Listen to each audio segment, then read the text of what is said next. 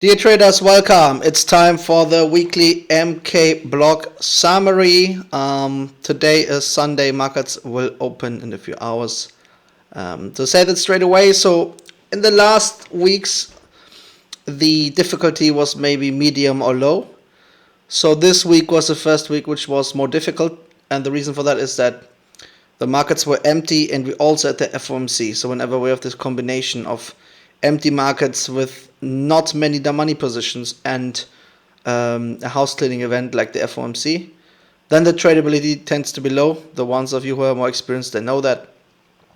There were some nice trades, but overall, when I compare this week to the previous ones, this one is a little bit more, it was a little more tricky. Okay, so let's go through it. Let's start. So remember, so euro dollar, we had the big fall already last week against the dumb money longies going down, but already at the end of last week we saw that there were open option strike targets above the price. Okay, so we knew that the chance was high that there's going to be a pullback, as I said in the last MK block summary. That's what happened in a nutshell. So first the low was cleared in euro dollar, and then we saw how the price was going up here, filling the first option strike target. All right, after they did that, they went back down to shake off some down money longies, and then when we had the FOMC, we saw the big move up, filling the OSTs and order gap zones and short-term stops in euro dollar. Look at that, boom, boom, boom. Okay, so nice move. There is, in such a case, there was some tradability. So knowing that the OST was there and you can enter very cheaply. Okay, but we do not risk a lot on a trade like this because of the fishing bars during the FOMC, of course. Yeah. So basically, to make a long story short, completed a 4-hour reversal from the lower band to the upper band, and some shorties came in as well. So the smart money algos pushed up euro dollar, created some dollar weakness, and filled the option strike targets, order gap zones, the MTS, and the plateau. So they took everything as expected. Okay, so no big surprises there. Now this was a beautiful trade. So once the price came up a lot, then we had this option strike target short on the 15th. Okay, we also had short-term stops and order gap zones on the way. But at that stage, you see, we didn't have the squeeze line pointing down yet, but that happened later. So at 16:48. Shorties were leaving the market, so euro dollar came down and later filled the option strike target. That was a beautiful short trade. And you see, we don't enter here, we enter here. Yeah, we have to wait until shorties leaving. We are not entering too early in those trades. Okay, so, but that was a beautiful trade. Nothing wrong with that. So euro dollar behaved, I would say. Okay, cable, interesting. So we had the situation where we had a dumb money switch already last week and the moving averages below the price, so we knew the outlook would rather be bearish, and they took the MTS, okay, on the 1-hour chart of the dumb money longies, so that was as predicted. And then, of course, like euro dollar, they did the same thing. They did the up move. They also took the order gap zone and the MTS. Some shorties came in, they went up further, and you see nice on the 15th on the forward chart. You see nicely how they cleared the high. Okay, there was a retest of the high and then a dumb money switch. So that's all we needed for a 4-hour reversal, which then did a nice move. Okay, so classical 4-hour reversal, nothing tricky here. Okay, we wait until the shorties leave and then you can take some pips off that. We have seen that many times. All right, so that wasn't a problem either. So euro pound, we made a lot of pips on that previously. It went down a lot against the longies, and we had some shorties coming in, so did a normal pullback and then some kind of trend resumption later the week. Okay, so nothing very valuable there. It's okay, apart from the MTS. So the big pips were before. This week it just did a pullback, so not very interesting. Okay, Australian dollar. So we had the MTS in the market.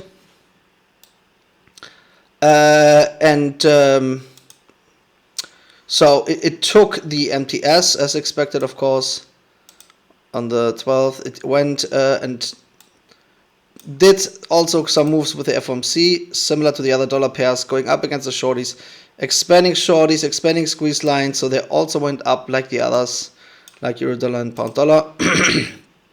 Took the high on the day chart, by the way, okay, against the shorties. So no surprises there. It moves in tandem with the other ones as always.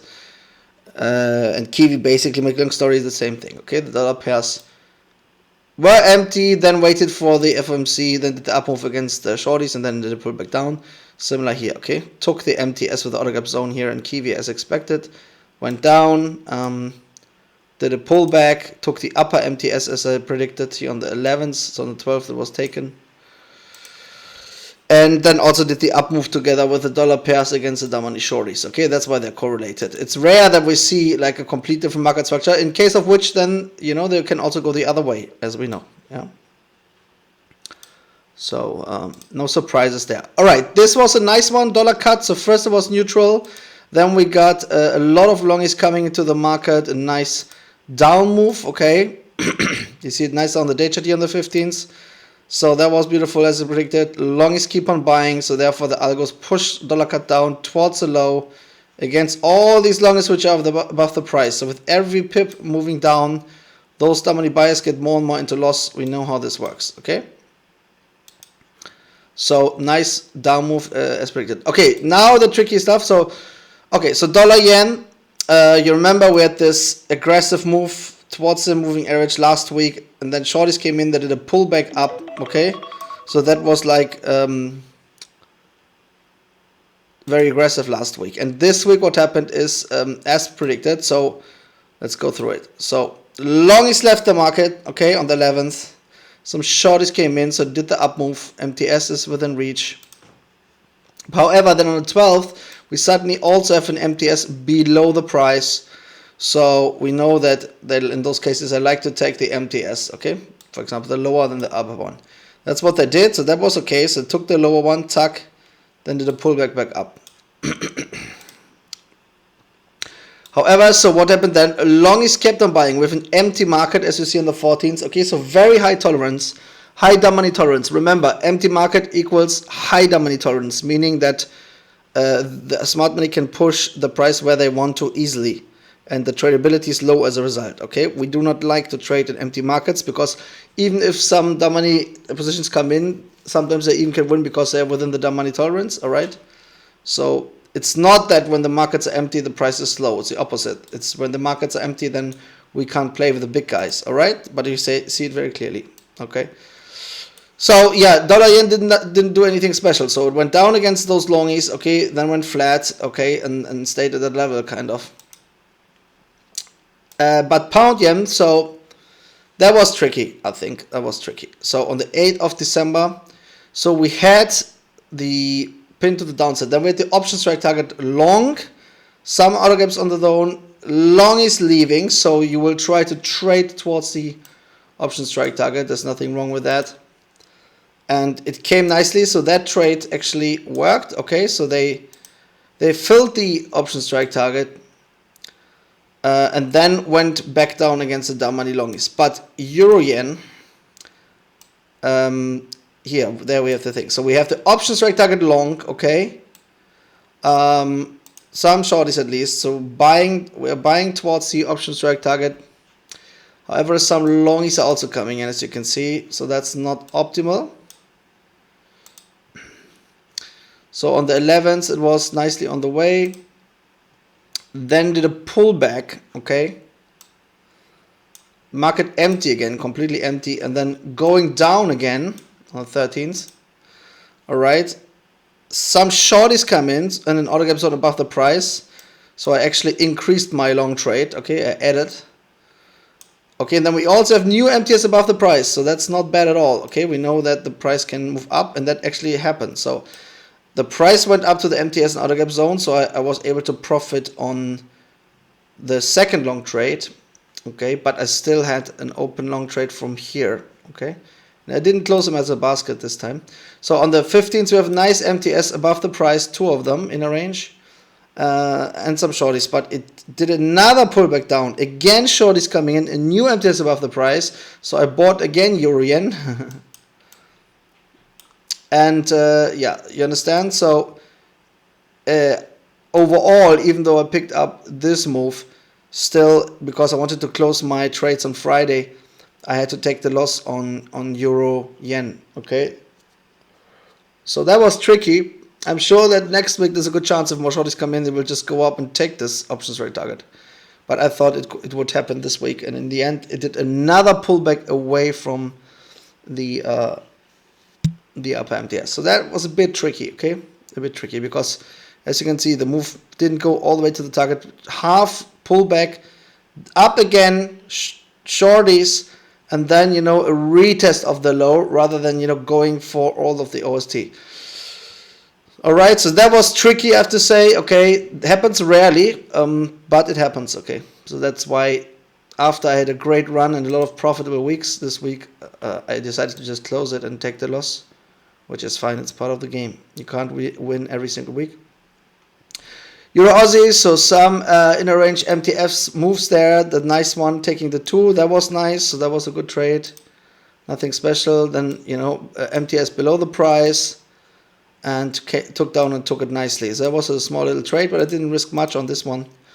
Pound Aussie, nice MTS above the price. This got taken, that was beautiful. Nice little trade there. Then MTS below the price, took that one as well. Then another MTS above the price. I love it when they do this Pac-Man ping pong style, that's beautiful. If you can just trade towards the MTS, you know, that's very beautiful. So they were very giving this week. Okay, that one here was a beautiful trade in gold. That was really nice. So first the macro was empty. Okay, it came down against the longies. All right. You remember? So you remember I think it was 2 weeks ago when I decided to close my short and then I re-entered short and made it back. So that was beautiful. But so what happens now? Overall, the market is empty. And with an MTS above the price then, with the option strike targets. So long trade, okay. There was even the price gap, of course, but long trades towards the MTS, and that worked nicely. So we go to the 15th, boom, okay. Target hit, so that was beautiful. Nice long trade in gold. And then, as you can see, we have a new MTS below the price. Nice short-term stops along the way, and not too many shorties in the way, so selling towards the next MTS down, that was a beautiful trade, okay? So on this one I pipped nicely. Silver also. Silver had a lot of longies coming in. You had loads of time to enter short, even though it's expensive. So it's advanced as well. You enter expensively into the market, but the longies are buying, so you sell into these long positions, and that was also very nice, okay? Nice down move to the MTS. And guess what? 1, 2, 3, 4, 5 options rate targets. So we take our profit at the MTS. And then once these things are cleared and some shorties coming in, then we trade towards the option strike targets. Boom, okay? Did the price gap, took 1, 2, 3, 4 of them, had also another MTS above the price. Okay? Also, like gold, had the new MTS below the price, all right? So these pairs were very nice. Bitcoin only had longies in the market, so therefore did the pullback down as expected. Okay, if only longies come in, they need to shake them off. Boom, so it went down there. And on the 15th, you see like longies kept on buying, so they did the pullback down as expected. Okay, but so some nice trades, but Euro Yen was very, very tricky. And because this week I risked more on Euro Yen than the other pairs, and I closed on Friday, you see. So that set me back a little bit. So you see I lost a little bit here, okay, so on this account, after the nice run I had from the 40k, I lost like around 4k, which is fine, you know. You can't win every single week, that doesn't work. If something is tricky and you decide to close, sometimes it's better to take the loss. Next week, maybe, you know, the Euro Yen trade comes and I can trade it again. Let's see. All right, so compared to the weeks before where we had like easy trades, for reversal trades, MTS, I think that was a bit tricky. And the reason for that being empty market with FOMC, okay? So that's high down money tolerance, phishing events and that's always a bit tricky, especially if markets are overstretched, as we know, yeah. So that combination of those three factors is tricky.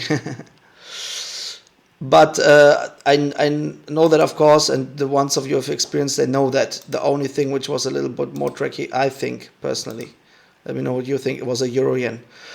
Because we saw so many OST moves in the last weeks where just boom, they take it. But in this case, look, I thought, come on, it will take this one. Longies are leaving, and it did the pullback. Yeah.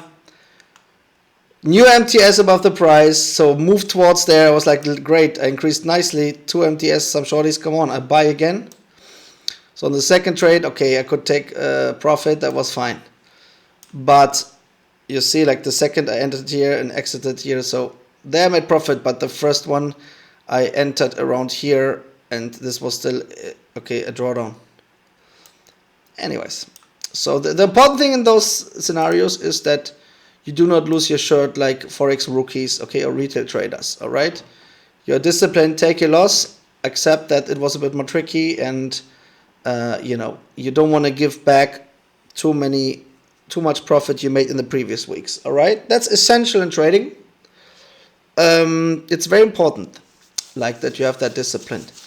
And as crazy as it sounds, you need to actually learn to like also those scenarios. I find it interesting because, look, I've shown you week after week after week very easy scenarios, so I find it very interesting to show more tricky stuff. I mean, we have done more, I think almost 30 weeks now of MK blocks, so that's quite amazing. We have seen the different market phases. And most weeks were quite easy, really, so that was a tricky week. That's why actually it's very interesting to look more into detail into this, okay, so to understand the more tricky stuff. And here you see, look, it took this MTS nicely, okay, but that one is a timing thing. It will, so if shorties come in, it's very simple, you know, if shorties come in, they will fill the MTS and optional targets next week. All right, but yeah, I didn't want to have the weekend gap risk and all that stuff. Okay, so yeah, I will also do the forum posts later, and I hope you guys are good. I hope you liked the week. I'm sure some of you managed to still be profitable this week despite that. As you can see, this week I didn't manage to do that, which is okay. You see. Anyways, lots of love. I hope you have a great weekend. Tomorrow's my birthday, so actually I will this week. Now, I won't post this week, actually. I have to make an announcement on the forum. How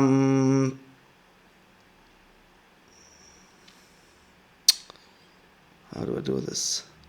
No, actually I won't.